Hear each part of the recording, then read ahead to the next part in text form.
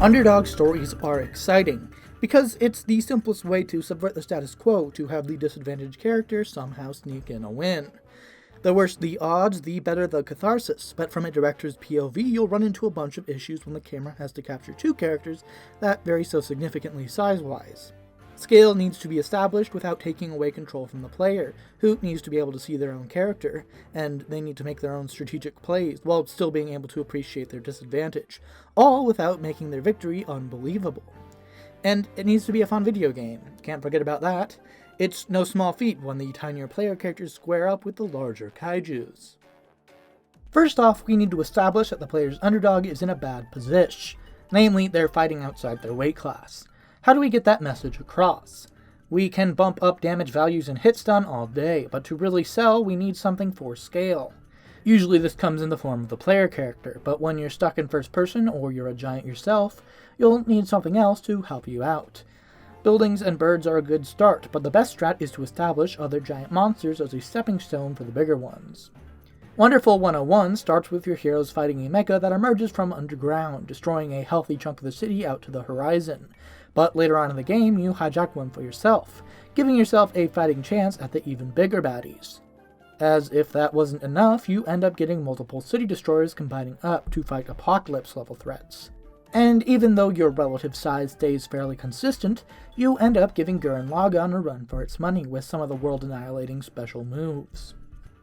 Now that we've established that our baddie is big, we need to balance a camera angle that both appreciates that scale without forgetting to be a video game. You don't want a super cool boss design to have a super lame fight. Take the Savior from DMC4. The design is awesome, but it just kind of floats there and is associated with this kind of confusing maze, so players mostly remember it as a chore. It's a bit unrealistic to think that the player character could fight something so big the same way they would tackle a grunt, but if you're already a fun video game, then there's no need to fix something that isn't broken. MGR's first boss is MGS2's final boss on steroids, and it manages to make a name for itself by letting you parry even the most ridiculous of attacks. It's quite silly to shoulder through a mecha all by yourself, but is it any more unrealistic than stabbing somebody's toes until they pass out? That's also important. Typically, you don't want your big baddie to die without trying its hardest. A bit of hubris before the fall is okay, but it takes away from the victory to know that you got lucky. This isn't a hard rule by any means, but anytime I have to fight a big guy slowly slamming his arms down onto a table, or a dragon that doesn't just carpet bomb the arena from the sky, I'm taken out of the experience.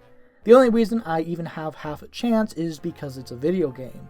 You need an excuse for why the fight is happening at all, like in the fight with Calamite from the Dark Souls DLC, who can only significantly be tackled after taking out its wings. He manages to act naturally while still obeying the rules of the game, since there is an excuse for his limitations, and it manages to avoid both sacrificing video game for cinematography or cinematography for video game.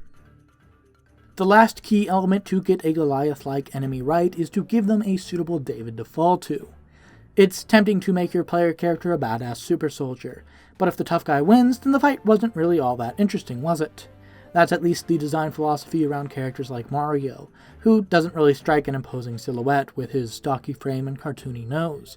But because he doesn't radiate with power, it makes his victories against big monkeys and fire-breathing turtles all the more satisfying.